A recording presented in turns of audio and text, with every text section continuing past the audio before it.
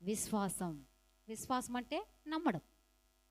ఆశ్చర్యం కలిగించే విశ్వాసం అంటే అసలు ఇలా కూడా చేస్తారా, నమ్మలేని పరిస్థితి. విశ్వాసానికి ఆశ్చర్యం కలిగించే విశ్వాసానికి చాలా వ్యత్యాసం ఉంది. అయితే మనం ఇక్కడ మాట్లాడుకోబోతున్న విషయం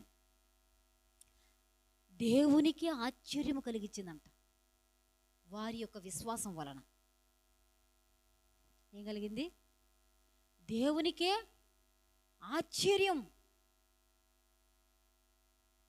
ఎలాంటి విశ్వాసం అనేది ఇప్పుడు మనం తెలుసుకుపోతున్నాం. విశ్వాసం అంటే నమ్మడం. దేవునికి ఆశ్చర్యం కలిగించే విశ్వాసం అంటే దేవునికి ఆశ్చర్యం కలిగిస్తే మనకు అద్భుతం జరుగుతుంది. దేవుడే ఆశ్చర్యపోయే విశ్వాసం కనుక మనలో ఉంటే దేవుడి మీద మన జీవితాలలో అద్భుతం జరుగుతుంది. అయితే దేవుడి దగ్గర అద్భుతం జరుగుతుంది, దేవుడి దగ్గర మేలు జరుగుతుంది, దేవుడి దగ్గర లాభం కలుగుతుంది. విశ్వాసాలు రెండు రకాలు ఉన్నాయి. ఒకటి విశ్వాసం, రెండు ఆశ్చర్యం కలిగించే విశ్వాసం. అయితే విశ్వాసం అందరికీ ఉంటుందా? ఆ విశ్వాసం వల్ల ఏం ప్రయోజనంలే. దేవునికే ఆశ్చర్యం కలగాలి, అప్పుడు నువ్వు జీవాన్ని పొందుతావు. హల్లెలూయా. మరణమైనా కూడా సరే నీకు జీవాన్ని ఇస్తాడు దేవుడు. ఈరోజు మనం ఆ విషయంగా మనం మాట్లాడకపోతున్నాం. ఇప్పుడు దేవునికి నమ్మకం కలిగిస్తే మన జీవితంలో అద్భుతం కలుగుతాయి, అంటే లాభం కలుగుతుంది. మరి మనుషులకి నమ్మకం కలిగిస్తే ఆలోచించాల్సిన విషయం ఇది. దేవునికి నమ్మకం కలిగిస్తే మన జీవితంలో లాభం కలుగుతుంది. మనుషులకు కలిగిస్తే నమ్మకం, ఈ లోకంలో ఉన్న ప్రతి మనిషి దేవుడికి తప్పితే ప్రతి ఒక్కరి మీద నమ్మకం ఉండదు. సూర్యుడి మీద నమ్మకం ఉంది, చంద్రుడి మీద నమ్మకం ఉందా లేదా? రేపు సూర్యుడు వస్తాడు రాడా? వస్తాడు. నమ్మకం. దేవుడు సృష్టించిన వాటి మీద నమ్మకం ఉంది, దేవుని మీద నమ్మకం లేదు. అయితే ఈ సృష్టి మీద నువ్వు నమ్మకం పెట్టుకుంటే నీకు నష్టం. అయితే సృష్టించిన సృష్టికర్త మీద నమ్మకం పెట్టుకుంటే నీకు లాభం. కావాలంటే చూడండి, ఇర్మియా 9వ అధ్యాయం 4వ వచనం. మీలో ప్రతివాడును తన పొరుగువాని విషయమై జాగ్రత్తగా ఉండవలెను. ఏ సహోదరినైనను నమ్మకుడి. నిజముగా ప్రతి సహోదరుడును తంత్రగొట్టయ్యు తన సహోదరుని కొంప ముంచును. ప్రతి పొరుగువాడును కొండెములు చెప్పుటకై తిరుగులాడుచున్నాడు. ఆమేన్. ఎవరిని నమ్మద్దు అంటున్నాడు దేవుడు. ఈ లోకంలో మనుషులను అస్సలే నమ్మద్దు అంటున్నాడు.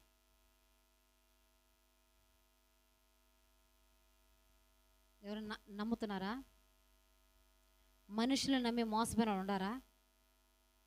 ఎందుకు నమ్మొద్దు అంటున్నారంటే ఈ కాలంలో ప్రతి ఒక్కరూ స్వార్థ ప్రియులు, స్వార్థమైన వారు. వాళ్ళకి లాభం లేకుండా ఏ పని చేయటం లేదు. ప్రతి ఒక్కరూ స్వార్థముతో ఉంటున్నారు. మనుషులు నమ్మితే నష్టం, దేవుణ్ణి నమ్మితే లాభం. ఆశ్చర్యము కలిగించే విశ్వాసం, దేవునికే ఆశ్చర్యం కలిగించే విశ్వాసం గురించి మనం మాట్లాడబోతున్నాం. అయితే మనుషులకే ఆశ్చర్యం కలిగించే విశ్వాసాలు కూడా ఉన్నాయి. దానివల్ల మరీ నష్టం కలుగుతుంది. మనుషులు నమ్మితే నష్టం. ఈ మధ్య ఒకసారి నాకు ఒక సిస్టర్ కోయట్ నుంచి పరిచయం అయింది. ఆమె 19 సంవత్సరాలుగా కోయట్లో ఉంటుంది. తనకు 3 పిల్లలు ఉన్నారు, భర్త ఉన్నారు. తన కుటుంబ పోషణ నిమిత్తం అక్కడికి వెళ్ళి చక్కగా పని చేసుకుంటూ ఎన్నో చెప్పలేనన్ని కష్టాలు పడి అంతా ఇంత కూడబెట్టి 30 లక్షలు కూడబెట్టింది. 19 సంవత్సరాలకి కూడబెట్టింది, తినింది, పిల్లలకి ఇచ్చి పంపించింది. అవన్నీ గాక ఆమె జ్ఞానముతో 30 లక్షలు ఎత్తిపెట్టింది. అక్కడ ఒక వ్యక్తిని నమ్మి అతను ఇండియాలో చక్కగా ఆమెకి ఇళ్ల స్థలాలు తీసిస్తానని చెప్పారు. ఆమె అతను నమ్మి 30 లక్షలు అతని చేతిలో పెట్టింది. అతను తీసుకున్నాడు. ఇళ్ల స్థలాలు చూసాము, పట్టా రెడీ అవుతుంది, అన్నీ జరుగుతున్నాయి అని చెప్పారు. సంతోషంగా ఆనందముగా ఉంది. అయితే ఒకరోజు సడన్గా అతను చనిపోయాడు. గుండె నిలిచిపోయి చనిపోయాడు. ఆమెకి తెలియచేశారు. ఆమె కూడా కోయట్లో ఉంది కదా, అతను కూడా కోయట్లోనే ఉన్నాడు. ఎప్పుడు ఆమె తెలిసిందో ఆమె చాలా సీరియస్గా ప్రాణాలు పోయేంతగా ఆమెకి ప్రాణమే పోయింది ఆ రోజు. ఆమెకి వాస్తవానికి చెప్పాలంటే అట్లయిపోయింది. అక్కడికి ఇండియా నుంచి ఒక సిస్టర్ ఎల్లుండింది. ఆమె ఇక్కడికి రావాలని గత నెల నుంచి ఏడుస్తుంది. ప్రతిరోజు ఫోన్ చేస్తుంది నాకు, నేను ఇక్కడికి వచ్చేయాలి ఇండియాకి, నాకు ప్రార్థన చేయని. వెళ్ళి 1 నెల అయింది కదమ్మా అని అంటే, నేను ఇక్కడ ఉండలేను, నేను ఉండను. అయితే 1 నెలకి తిరిగి రావాలంటే చాలా కష్టం. ఆడ డబ్బు కట్టి అక్కడ వెళ్ళారు, తిరిగి ఆమె రావాలి బయట అంటే డబ్బులు కట్టాలి. అక్కడ కట్టినా కూడా చాలా ఇబ్బంది. అది ఎట్లమెంటిదంటే అక్కడ ఆమె అలా ఏడుస్తూ ఆమె బాధ పెడుతుంటే ఆమెని ఆ ఊర్లో ఆ ఒక దేశంలోనే వేరే వాళ్ళకి అమ్మేయాలని కూడా ప్లాన్ చేసేసినారు. అక్కడ కానీ అమ్మేస్తే ఆమె ఎక్కడుంది ఎవరు కూడా తెలుసుకోలేరంట. అటువంటి పరిస్థితుల్లోకి వెళ్ళిపోయి ఆమె ఏడుస్తూ నాకు చెప్తే, భయపడద్దు, దేవుడి తోడు ఉండాలని దేవుని దగ్గర ప్రార్థించడం వల్ల ఇలాంటి ఉపవాస ప్రార్థనలోనే ఆమెకు అక్కడ ఒక వ్యక్తి సహాయపడే వాళ్ళ బంధువులు ఆ డబ్బులు కట్టి ఆమెను విడిపిస్తున్నాడు. ఆ విడిపించి ఆ వచ్చే రోజు ఈమె ఆ ఇంట్లోకి వెళ్ళింది. అప్పుడు ఈమెకి ఈ పరిస్థితి జరుగుతున్నది. అప్పుడు ఆమె ఓదార్చింది, భయపడద్దమ్మా, ధైర్యంగా ఉండు, యేసయ్య తోడున్నాడు, ఆయన చాలా గొప్పడు, గొప్ప కార్యాలు చేస్తారని నా ఫోన్ నెంబర్ ఇచ్చి అప్పటికప్పటికి ఫోన్ చేపించింది. నేను మాట్లాడాను ఆ తల్లితో, విజయమ్మ పేరు. భయపడద్దమ్మా, దేవుడితో ఉంటాడు, ఏం సమస్య అంటే 30 లక్షలు ఇచ్చాను ఒక వ్యక్తికి, అతను ఈరోజు మరణించాడు అని చెప్పని. లేక భయపడద్దు, దేవుడు గొప్పవాడు, శూన్యములో సృష్టిని కలగజేసిన వాడు, లేని వాటిని ఉన్నవాటగా పిలిచేవాడు గనక తప్పకుండా దేవుడు అద్భుతం చేస్తాడమ్మా అని ఆ తల్లిని బలపరిచాను. ఆ రోజు కాదు, వారం రోజులు ఆమె బ్రతికిందంటే దేవుని వాక్యముతోనే బ్రతికింది. ఆమె దేవుని వాక్యముతోనే ప్రతిరోజు గంటలుగా ఆమెతో మాట్లాడుతూ ఆమె స్థితిని దేవుడు బయలుపరుస్తుంటే మరణించే స్థితి అయిపోయింది. ఏమీ చెయ్యకుండానే, మరణించాలంటే ఏదైనా పోసుకొని చచ్చిపోవాలా, ఏదో ఒకటి చేసుకోం కదా, అవన్నీ చేయబోలే. ఆమెకి 30 లక్షలు లేవు, ఇంకా చనిపోతుంది ఆమె అక్కడికక్కడికే. అలాంటి స్థితిలోకి వెళ్ళిపోయింది తన బాడీ మొత్తం, మైండ్ మొత్తం. ఆ బిడ్డని ఈ దేశంలో ఉండి నేను అక్కడ ఆ బిడ్డతో మాట్లాడుతుంటే దేవుడు మధ్యవర్తగా ఆమెని కంట్రోల్ చేస్తూ దేవుని వాక్యముతోనే బ్రతికింది. ఆమె బ్రతికిన తర్వాత అప్పుడు నేను ఆమెను కొన్ని విషయాలు అడిగా. అమ్మా, 30 లక్షలు ఇచ్చావు కదా, ఏదైనా బాండు కాగితాలు ఉన్నాయా అని అడిగా. అంటే దేవుని దగ్గర ప్రార్థనలో ఏదైనా ఒకటి ఉంటే కదా దాని ద్వారా మనం ఏదైనా చేయగలుగుతాం, పట్టగలుగుతాం. నీళ్ళు తేవాలంటే ఉండాలి కదా గ్లాసు ఎత్తుకొని రావడానికి, అన్నం పెట్టాలంటే కంచం ఉండాలి కదా వేయడానికి, ఏదో ఒకటి ఉంటేనే కదా. దేవుడి దగ్గర కూడా అడగాలంటే నువ్వు వచ్చి అడిగితేనే కదా ఇస్తాడు దేవుడు. నువ్వు డబ్బులు ఇచ్చావంటే సహజంగా మనకి బాండు ఖాతాలు రాసుకుంటారు కదా, మీరు ఏదేదో చేస్తుంటారు కదా, మధ్యవర్తలు ఉంటారు కదా అని ఏదో ఉంటుంది కదా, ఎలా జరిగింది అడుగుదామని ఆ తల్లిని అడిగాను నేను. అమ్మా, బాండు ఖాతాలు ఏమంటే ఏ డాక్యుమెంట్స్ లేవు అని చెప్పింది. కనీసం ఇస్తుండగా ఎవరైనా సాక్షులు ఉండాలంటే సాక్షులు లేరు అని చెప్పింది.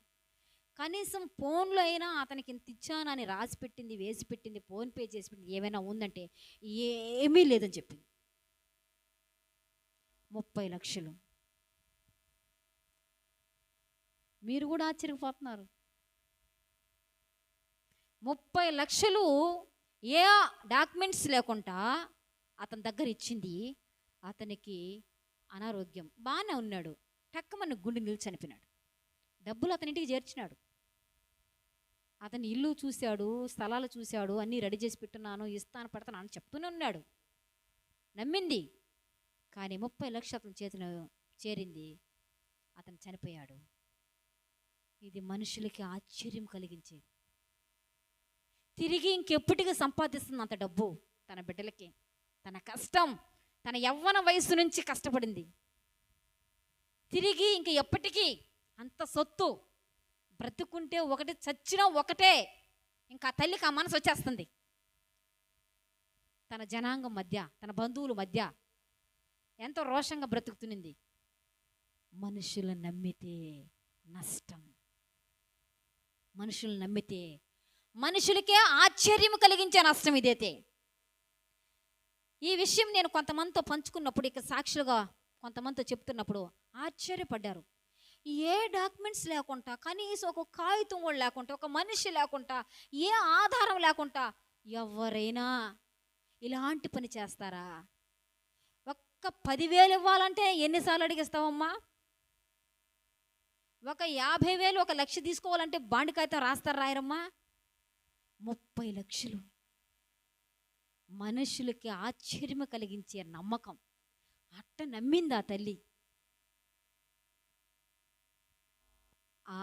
ఆ చనిపోయిన ఆ బ్రదర్ ఇంటి వారు ఎక్కడున్నారు ఇప్పుడు తెలియటం లేదు. వెతుకుతుంది, దాంకొని తిరుగుతున్నారు. అందుకే ఈరోజు దేవుడు మనతో మాట్లాడుతున్నాడు. మనుషులకి ఆశ్చర్యం కలిగించే విశ్వాసం వాళ్ళ మీద పెట్టుకున్నామంటే మనకి జీవితంలో నష్టం. దేవునికి ఆశ్చర్యము కలిగించే విశ్వాసం మనలోకి వస్తే మన జీవితంలో లాభం. ఇప్పుడు ఎవరిని మనము విశ్వాసంలో ఉండాలి? ఎవరి మీద? మనుషుల మీద, దేవుని మీద? చనిపోతున్నా బ్రతికించేవాళ్ళు కదా ఈ మనుషులు, వాళ్ళ మీద మనకు విశ్వాసమా? అందుకే దేవుడు చెప్తున్నాడు ఇర్మియా గ్రంథము 9వ అధ్యాయం 4వ వచనములో, ఏ మనుషుల్ని నమ్మద్దు. స్వార్థమైన వారు ఈ కాలంలో ఉన్నవారు స్వార్థముతోనే జీవిస్తున్నారు. భర్త అయినా, భార్య అయినా, బిడ్డలైనా, బంధువులైనా ప్రతి ఒక్కరూ స్వార్థముతోనే, తనకు కావాలని, తనకి ఇవ్వకపోతే అప్పుడే ముఖం మారిపోతుంది. హల్లెలూయా. ఆ విషయం మనం తెలుసుకోబోతున్నాం. మత్తయి సువార్త 8వ అధ్యాయము 5వ వచనము నుంచి. దేవునికే ఆశ్చర్యము కలిగించిన విషయం ఈరోజు మనం తెలుసుకోబోతున్నాం. ఆ ఆశ్చర్యము కలిగించటం వలన వారి జీవితంలో ఏం జరిగింది అనే విషయాన్ని మనము చూడబోతున్నాం. మత్తయి సువార్త 8వ అధ్యాయము 5వ వచనము నుంచి. ఆయన కపెర్నహూములో ప్రవేశించినప్పుడు ఒక శతాధిపతి ఆయన యొద్దకు వచ్చి, ప్రభువా, నా దాసుడు పక్షవాయువుతో మిగులు బాధపడుచు ఇంటిలో పడి ఉన్నాడని చెప్పి ఆయనను వేడుకొనెను. ఆమేన్.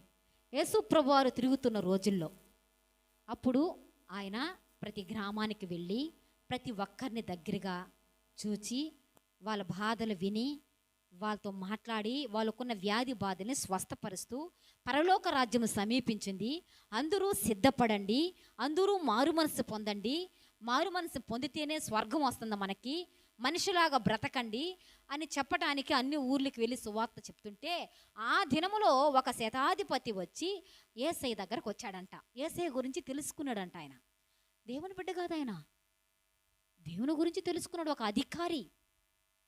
ఒక అధికారి వచ్చి దేవుని దగ్గరికి నిలబడ్డాడు. నిలబడి ఆయన దగ్గరకు వచ్చాడంట.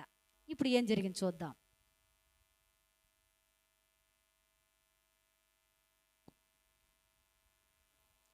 6వ వచనం. ప్రభువా, నా దాసుడు పక్షవాయువుతో మిగులు బాధపడుచు ఇంటిలో పడి ఉన్నాడని చెప్పి ఆయనను వేడుకొనెను. ఆమేన్. యేసు ప్రభు వారి దగ్గరకు వచ్చి, ప్రభువా, నా దాసుడు, ఒక యజమాని తన దాసుని విషయం, ఈ రోజుల్లో ఉండారా? తన దాసులుగా ఉండే వారి గురించి పట్టించుకునే వాళ్ళు, తన దగ్గర పనిచేసే వాళ్ళ గురించి పట్టించుకునే వాళ్ళు ఎవరైనా ఉన్నారా? వాడికి వచ్చిన వ్యాధి, వాడి ప్రాణము, వాడి ఇల్లు అన్నీ ఇతని దృష్టికి చిన్నవిగా చూస్తున్నారు. కానీ ఒక యజమానుడిగా ఉండి, అతను ఒక శతాధిపతిగా ఉండి తన దాసునికి రోగం ఉందని అతని కోసము దేవుని దగ్గరకు వచ్చి వేడుకుంటున్నాడు. ఈరోజు ఎవరు ఉన్నారా?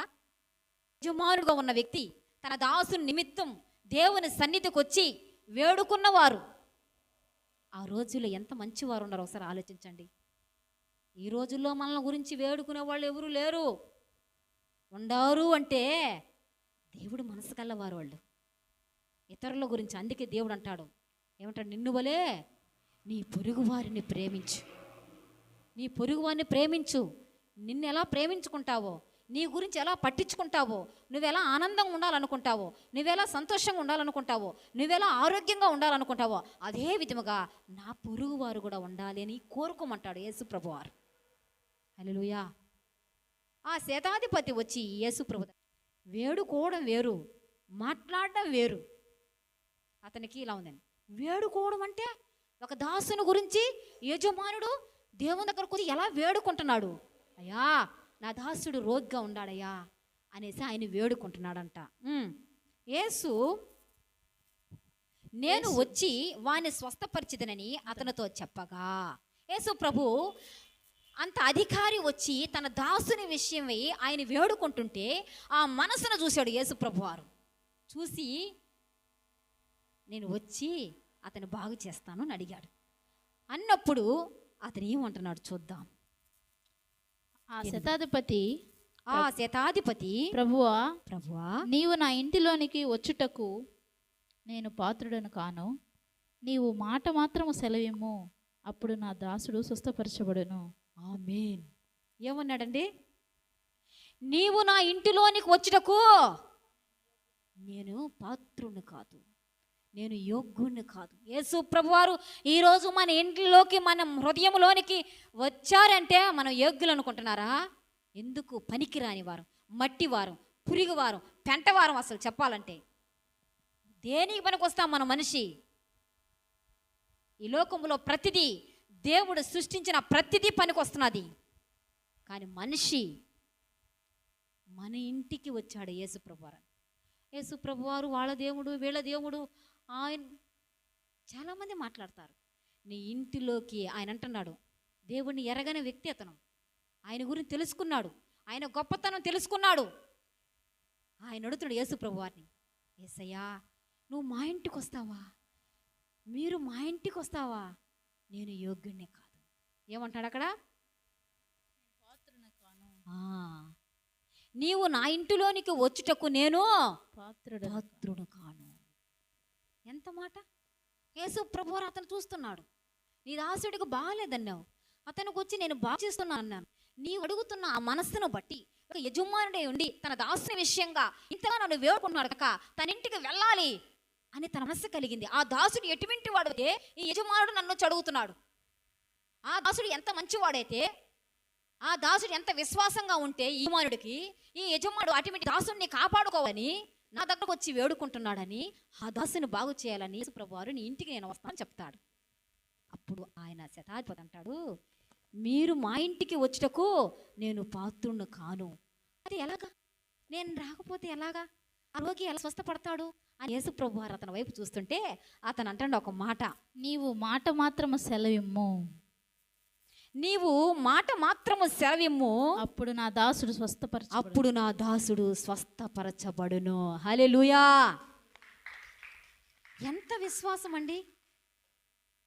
నువ్వు మాట మాత్రము సెలవిమ్ము, నువ్వు రావద్దు మా ఇంటికి, నేను అర్హుణ్ణి కాదు, పాత్రుని కాదయ్యా, పాపిష్టి లోకంలో జీవిస్తున్న వాడినయ్యా, పాపుల మధ్యలో బ్రతుకుతున్న వాడిని, ఎప్పుడూ పాపపు మాటలే చుట్టూ, పాపపు తలంపులే చుట్టూ ఈ లోకములో బ్రతుకుతున్న నేను, నువ్వు పరిశుద్ధమైన దేవుడయ్యా, నీవు నా ఇంటికి వచ్చేటకు నేను పాత్రుని కానయ్యా. అవును, అలాగైతే ఎలా బాగవుతుంది రోగం అంటయ్యా? మీరు మాట సెలవిస్తే చాలయ్యా, ఆ రోగి స్వస్థపడు. నా దాసుడు దేవుడు ఆశ్చర్యపోయాడంట. నన్ను నమ్మిన వారు ఈ ఇజ్రాయెల్ జనాంగం ఎంతోమంది ఉన్నారు, ఇలాంటి విశ్వాసం లేదే. ఎంత విశ్వాసం! మాట ఎందుకు యేసు ప్రభువారు ఆశ్చర్యపోయాడు తెలుసా? ఆ శతాధిపతి ఒక మాట చెప్తాడు, నేను కూడా అధికారమునకు లోబడిన వాడును, నా చేతి క్రింద సైనికులు ఉన్నారు, నా చేతి కింద సైనికులు ఉన్నారు, నేను ఒకరిని పొమ్మంటే పోవును, నేను ఒకరిని పొమ్మంటే పోవును, ఒకరిని రమ్మంటే వచ్చును, నా దాసుని ఈ పని చేయమంటే చేయును అని ఉత్తరం ఇచ్చాను. ఆమేన్. అయ్యా నేను కూడా అధికారములో ఉన్నవాడిని. ఎవరంట? నేను కూడా అధికారములో ఉన్నవాడిని, నా కింద అనేక మంది దాసులు ఉన్నారు. ఒకరిని రమ్మంటే వస్తాడు, ఒకరిని పొమ్మంటే పోతాడయ్యా. ఈ మాట ఎంత దూరం వెళ్ళింది తెలుసా?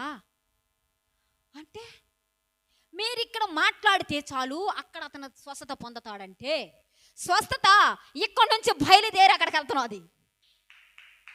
ఆయన నోటిలోనున్న మాట బయలుదేరి అక్కడికి వెళుతుందంటే, ఆ బాగు చేసే ఆ స్వస్థత ఒక పవరు ఆయన స్వాధీనంలో ఉన్నది. హల్లెలూయా. నువ్వు మాట సెలవిస్తే చాలయ్యా. యేసు ప్రభువు ఆశ్చర్యపోవడానికి కారణం ఏం తెలుసా? దేవునికున్న పవర్ అతనికి తెలిసిపోయింది.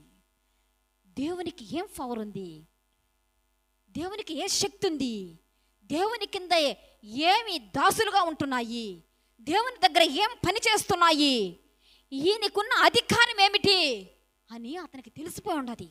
ఆ తెలిసిపోయింది కనుక ఆయన ఆశ్చర్యపోతున్నాడు. అసలు ఏమేమి ఉన్నాయి ఆయన కింద, ఆయన స్వాధీనములో ఆయన దగ్గర ఏ పని చేస్తున్నాయి చూద్దామా. చూడండి, కీర్తనలు 148వ అధ్యాయము 1వ వచనం నుంచి 14వ వచనములు. యెహోవాను స్తుతించుడి, ఆకాశవాసులారా యెహోవాను స్తుతించుడి, ఉన్నత స్థలముల నివాసులారా ఆయన్ను స్తుతించుడి, ఆయన దూతలారా మీరందరూ ఆయన స్తుతించుడి, ఆయన సైన్యములారా మీరందరూ ఆయన స్తుతించుడి, సూర్య చంద్రులారా ఆయన స్తుతించుడి, కాంతిగల నక్షత్రములారా మీరందరూ ఆయన స్తుతించుడి, పరమ ఆకాశములారా ఆకాశము పైనున్న జలములారా ఆయన్ని స్తుతించుడి. యెహోవా ఆజ్ఞ ఇవ్వగా అవి పుట్టెను, అవి యెహోవా నామమును స్తుతించునుగాక. ఆయన వాటిని నిత్య స్థాయులుగా స్థిరపరిచి ఉన్నాడు. ఆయన వాటికి కట్టడలు నియమించెను, ఏదియూ దాని అతిక్రమింపదు. భూమి మీద ఉన్న మకరములారా అగాధ జలములారా యెహోవాను స్తుతించుడి. అగ్ని వడగలులారా హిమమ ఆవిరి ఆయన ఆజ్ఞను నెరవేర్చు తుఫాన పర్వతములారా సమస్తమైన గుట్టలారా ఫల వృక్షములారా సమస్తమైన దేవదారు వృక్షములారా మృగములారా పశువులారా నేలను ప్రాకు జీవులారా రెక్కలతో ఎగురు పక్షులారా భూరాజులారా సమస్త ప్రజలారా భూమి మీద ఉన్న అధిపతులారా సమస్త న్యాయాధిపతులారా యెహోవాను స్తుతించుడి. యవ్వనులు కన్యలు వృద్ధులు బాలురు అందరూ యెహో నామమును స్తుతించుదురుగాక. ఆయన నామము మహోన్నతమైన నామము, ఆయన ప్రభావము భూమి ఆకాశములకు పైగా ఉన్నది. ఆయన చెంత చేరిన జనులకు ఇజ్రాయేలుకును ప్రఖ్యాతికరముగా ఉండునుగాక. ఆమేన్. అర్థమైందా? మకరములారా అగాధ జలములారా ఆకాశం పైనున్న జలములారా సూర్యుడా చంద్రుడా నక్షత్రముల సమస్తము వడగండ్లు. మొన్న గత వారములో వర్షం పడి మెరుపులు మెరిసి వడగళ్ళు పడితే ఎట్లుండేది మనకిక్కడ? భయం. అవన్నీ ఆయన సైన్యములంట, ఆయన దగ్గర పని చేస్తున్నాయంట. ఈ శతాధిపతికి తెలిసిపోయింది, నా కింద అనేక మంది పని చేస్తున్నారు, ఒకడిని రమ్మంటే వస్తాడు, ఒకడు పొమ్మంటే పోతారయ్యా, నువ్వు మాట సెలవిస్తే చాలు. ఎందుకంటే ఈ లోకములో ప్రతిదీ నీ సైన్యము. హల్లెలూయా. నువ్వు మాట ఇస్తే చాలయ్యా, నువ్వు రావద్దయ్యా, నువ్వు రావలేదయ్యా మా దగ్గరికి, నువ్వు మాట చాలయ్యా మాకు. అందుకే దేవుడు అతను చూసి ఆశ్చర్యపోయింది. ఒరే, ఇతనికి నా ఆలోచన తెలిసిపోయిందే, ఇతనికి నా ఉద్దేశం తెలిసిపోయిందే, ఇతనికి నా సంకల్పం తెలిసిపోయిందే, ఇతనికి నా చేతి కార్యములు తెలిసిపోయిందే. మానవుడు అభివృద్ధి చెందుతుంటే అతని ఆలోచన దేవుని వైపు తిరిగి దేవుణ్ణి కనుగొంటుంటే దేవుడు ఆశ్చర్యపోతున్నాడు తన బిడ్డలను చూసి. తండ్రి గురించి అన్నీ తెలుసుకుంటుంటే తండ్రికి సంతోషమే కదా. నా బిడ్డ నా గురించి తెలుసుకున్నారు, నా ఆలోచన తెలుసుకున్నాడు, నేను చేస్తున్న పని తెలుసుకున్నాడు, నేను చేయబోయే పని కూడా. ఆయన అందుకు ఆశ్చర్యపోతున్నాడు. చూడండి, ఇంకా ఆయన ఆశ్చర్యం కలిగించింది యోవేలు గ్రంథం 2వ అధ్యాయము 25వ వచనం. మీరు కడుపారా తిని తృప్తి పొంది మీ కొరకు వింత కార్యములను జరిగించిన మీ దేవుడైన యెహోవా నామమును స్తుతించినట్టు నేను పంపిన మిడతలను గొంగలి పురుగులను పసరు పురుగులను చీడ పురుగులను అను నా మహా సైన్యము తినివేసిన సముద్రముల పని మీకు మళ్ళా ఎత్తును. ఆమేన్. ఎవరంట వీళ్ళందరూ? సైన్యం. మిడతలు ఏముండవు అక్కడ? చీడ పురుగులు, గొంగలి పురుగు. నీ పైరు తినేస్తున్నా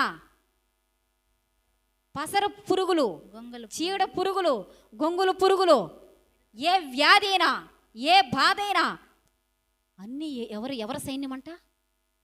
మహాసైన్యం అంట. దేవుని ఒక మహాసైన్యము. ఇతను తెలిసిపోయింది ఈ శతాధిపతికి. నీకెందు పనిచేసేవాళ్ళు ఉండారయ్యా, నువ్వు మాట సెలవిస్తే వారు వెళ్ళి చేస్తారనే నాకు తెలుసు. ఎందుకంటే నా కింద కూడా కొంతమంది ఉండారు. వారు నేను వెళ్ళమంటే, రాజు చెబితే, ఒక అధికారి చెబితే ఎందుకు ఏమీ అని అడగకుంటే వెళ్తే ఆ రాజ్యం బాగుపడుతుంది, ఆ ఇల్లు బాగుపడుతుంది, ఆ పట్టణము బాగుపడుతుంది. మనందరూ తెలుసు, దేశాలన్నీ పరిపాలిస్తూ దేశాలన్నీ జయిస్తూ వచ్చాడు Alexander the great of king. ఆయన దేశాలన్నీ జయిస్తూ వచ్చాడు. మన భారతదేశాన్ని కూడా జయించాడు ఆయన. ఆ రాజు దగ్గరికి వెళ్ళి, మీరు ఈ విధంగా రాజ్యాలు జయించడానికి ఏంటి ఆధారం, ఏంటి పవర్ అని అడిగితే, అప్పుడు ఆయన చూస్తున్నాగానే చెప్పాడ, చూడండి అని. కింద ఒక సైనికులు ఉన్నారంట. ఒక అతన్ని పిలిచాను, రానాయన అన్నాడంట. నేరుగా వచ్చాడంట. పైన ఎక్కడ భవనం పైన వచ్చాడంట. వచ్చిన వెంటనే సైనికుని పిలిచాడంట. రా అంటే వచ్చాడంట. నేరుగా వచ్చిన వెంటనే నేరుగా దూకేమన్నాడంట రాజు. చెప్పిన వెంటనే నేరుగా అతను దూకి కింద పడి చచ్చిపోయాడు. ఇదే నా విజయానికి కారణం. నా సైనికులు నేనేం చెప్తే అది చేస్తారు. వెళ్ళి దూకన్నాడు అంతే. ఆయన చెప్పిన ప్రకారంగా వెళ్ళి దూకాడు. అతను చూస్తే చనిపోయినాడు ఆయన. ఇన్ని దేశాలు జయించడానికి శక్తి ఎలా వచ్చింది? కారణం ఏంటంటే తన సైనికులు తన మాట వింటున్నారు. అందుకే అధికారి చెప్తున్నాడు. ఆ అధికారాన్ని బట్టి దేవుడు యేసుప్రభు వారి వైపు చూసి, ఆయన వైపు చూసి ఆయన కాన్న అధికారం, మహాసైన్యాన్ని ఆయన తెలుసుకునేశాడు. అందుకే యేసుప్రభు ఆయన యొక్క విశ్వాసాన్ని చూసి ఆశ్చర్యపోయింది. ఈరోజు ఆయన సన్నిధికి వస్తున్నారు. ఎన్నిసార్లు మాటలు చెప్పాలా, ఎన్ని దేవుని విషయాలు చెప్పాలా, మళ్ళీ కొంతమంది తాకి మళ్ళీ ప్రార్థన చెయ్యాలా. చాలా రకరకాల ప్రార్థనలు ఉన్నాయి. తాకాల వాళ్ళని. నమ్మకంలే, దేవుడి మీద నమ్మకం ఉండాల. పాస్టర్ గారు వచ్చి చేయి పెడితేనే, పాస్టర్ వచ్చి చేయి పెడితేనే బాగయ్యేది. అది కాదు విశ్వాసం. ఈయన విశ్వాసం చూసి దేవుడు ఆశ్చర్యపోయినాడు. నువ్వు రావాలదయ్యా, మాట చాలయ్యా, మహాసైన్యం ఉండారు నీ కాడ. ఇంకా చూడండి, కీర్తనలు 78వ అధ్యాయము 45వ వచనం, 45వ వచనం నుంచి 48 దాకా. ఆయన వారి మీదకి జోరీగులను పంపుగా, ఆయన వారి మీదకి జోరీగలను గుంపుగా విడిచెను, అవి వారిని తినివేసెను. కప్పలను విడిచెను, అవి వారిని నాశనం చేసెను. ఆయన వారి పంటను చీడపురుగులకు ఇచ్చెను, వారి కష్టఫలములను మిడతలకు అప్పగించెను. వడగండ్ల చేత వారి ద్రాక్ష తీగలను, హిమము చేత వారి మేడి చెట్లను ఆయన పాడు చేసెను. వారి పశువులను వడగండ్ల పాలు చేసెను, వారి మందలను పిడుగుల పాలు చేసెను. ఆయన ఉపద్రవము కలుగజేయు దూతల సేనగా ఆయన తన కోపాగ్నిని, ఉగ్రతను, మహోగ్రతను, శ్రమను వారి మీద విడిచెను. ఆమేన్. తన కోపమునకు ఆయన త్రోవ చదును చేసెను. హల్లెలూయా. వారి జీవమును తెగులు వరకు అప్పగించెను. అర్థమవుతుందా? కప్పలను విడిచెను, వాళ్ళని నాశనం చేయటానికి. కప్పలు ఎవరు సైన్యం అంట? మీ ఇంటికాడ కప్పలు కనపడుతున్నాయి కదా, అయ్యో తక్కువ అంచనే బాకండి, దేవుని సైన్యం ఎంత. హల్లెలూయా. దేవుని సైన్యం. కప్పలను ఐగుప్తు దేశంలో కప్పలతో నింపమని దేవుడు సెలవిచ్చాడు. వాళ్ళ ఇల్లు నిండకి కప్పలే, వంటగదిలో కప్పలే, ప్రతి దబరలో కప్పలే. వాళ్ళు వంటగది అయితేమి, వాళ్ళ బెడ్రూమ్ అయితేమి, వాళ్ళ ఇల్లు అంతా, వాళ్ళు అంతా కప్పలతో నింపబడిపోయింది. దేవుడు వాళ్ళకి పనిష్మెంట్ ఇస్తాడు శత్రు జనాంగంపై.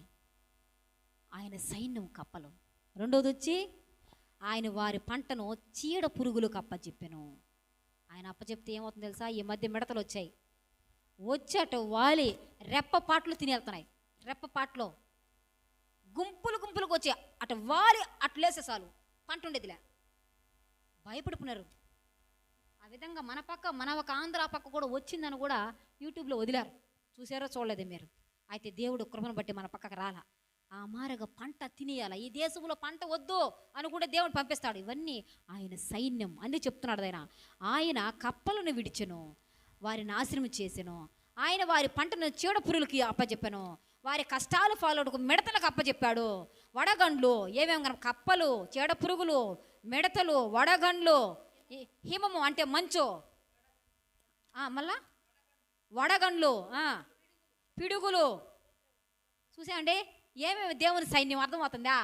వడగండ్లు, పిడుగులు, చీడ పురుగులు, మిడతలు, కప్పలు. ఏమనుకున్నారు వీటినంటే? మీరు చిన్న కూడా అనుకుంటున్నారా? అవి అంతలో అనుకుంటున్నారా? దేవుడి మహాసైన్యం. ఎవరి మాట వినవై, ఎవరి మాట వినవై, దేవుడు మాట మాత్రమే వింటాయి అవి. వాటిని మనం ఏం చేయలేం. అవి గుంపులుగా వచ్చాయంటే మనం ఏం చేయలేం. ఆయన కాడ ఉన్న సైన్యాన్ని ఆయన తెలుసుకునేసాడు. ఎవరు? ఈ శతాధిపతి తెలుసుకున్నాడు. దేవుడి దగ్గర మహాసైన్యం ఉంది. ఆయన ఒకరిని పొమ్మంటే పోతాయి, ఒకరిని రమ్మంటే ఒక ఇంటికి వెళ్తాడు. యేసుప్రభువారు జ్వరంతో ఉంది పేతురు అత్త. జ్వరం అయితే ఏం చేస్తామో మనము? జ్వరం అయితే డాక్టర్ దగ్గరికి వెళ్తాం, రక్త పరీక్షలు చేయించుకొని ట్యాబ్లెట్స్ వాడతాం కదా. ఎక్కడైనా ఏ డాక్టర్ కాడకు పోయినా చేసేది ఈ పనే కదా. యేసుప్రభువారు జ్వరం ఉన్న దగ్గరికి వెళ్ళి, జ్వరంతో ఉన్న ఆ తల్లి దగ్గరికి వెళ్ళి ఆయన ఏం చేశాడు తెలుసా? జ్వరమా, ఈమెను వదిలి పో అన్నాడు. వెళ్ళిపోయింది అది. ఏ డాక్టర్ని ఎప్పుడైనా ఆ మాట అన్నాడా? ఈయన ఎంత పరమ వైద్యుడు. జ్వరం ఎవరు? ఆయన సైన్యం. చిత్తం ప్రభు అని. మలేరియా, టైఫాయిడ్ ఏమేమి ఉన్నాయి ఇంకా? ఆయన సైన్యం. ఆయన చెప్తే ఒక రోగం నీకు రావాలంటే ఆయన సెలవిస్తేనే వస్తుంది. నీ మనసును బట్టి, నీ హృదయాన్ని బట్టి, నీ అంతరంగమును బట్టి, నీ అంతరంగ క్రియలను బట్టి, నీ ఆలోచనలు బట్టి, నీ ఉద్దేశాలు బట్టి నీకు వస్తున్నటువన్నీ కూడా దేవుడి దగ్గర నుంచే వస్తున్నాయి.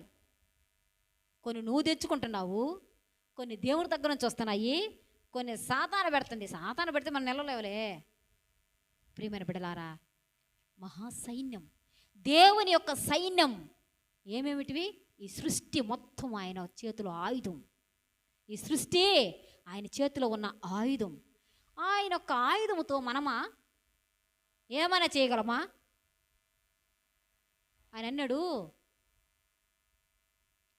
పైన ఇంటికి ఏం పడుతుంది? బూజు. బూజు ఎంత మనకి?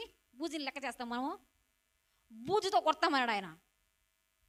నేను ఆశ్చర్యపోయినా. బూజు ఆయన సైన్యం. బూజు ఆయన కింద పనిచేస్తున్నది. సూర్యుడు, చంద్రుడు, నక్షత్రములు, వడగండ్లు, వర్షము, మంచు, చీడ పురుగులైతేమి, కప్పలైతేమి, మిడతలైతేమి అన్నీ ఆయన దగ్గర సైన్యముగా పనిచేస్తున్నాయి. ఈరోజు గొప్పగా ఆ శతాధిపతి తెలుసుకున్నట్టు మనం తెలుసుకుంటున్నాం. అన్నీ ఆయన దగ్గర పనిచేస్తున్నాయి. అవన్నీ ఆయన దగ్గర పనిచేస్తున్నాయని శతాధిపతికి తెలిసిపోయింది. ఆ మనోనేత్రాలు తెరవజేశాడని దేవుడు ఆశ్చర్యపోయాడు. ఓరే ఆయన, నా సైన్యమే నీకు తెలిసిపోయిందే, నా యొక్క శక్తి నీకు తెలిసిపోయిందే, ఇవన్నీ నా ఎద్ద ఉన్నాయని నేను మాట ఇస్తే చాలు. హల్లెలూయా. శూన్యములో కూడా సృష్టి కలిగిపోతుంది. అందుకని దేవుడు ఆశ్చర్యపోయాడు ఆయన చూసి. మళ్ళీ వద్దుతున్నాను, ఇలాంటి విశ్వాసం నేను ఎక్కడ చూడలేదు. ఒక మనిషి దేవుని యొక్క ఆలోచనలు, దేవుని యొక్క ఉద్దేశములు, దేవుని యొక్క సంకల్పం ఎరిగితే చాలు, దేవుడు అతనికి ఎంత అద్భుతం చేస్తాడు తెలుసా? చూడండి, చూద్దాం ఏం జరుగుతుందో. ఆమె అంతటా యేసు, ఇక వెళ్ళుము, నీవు విశ్వసించిన ప్రకారము నీకు అగునుగాక అని శతాధిపతితో చెప్పాను. యేసు ప్రభువారు చెప్పాడంట. ఏమని?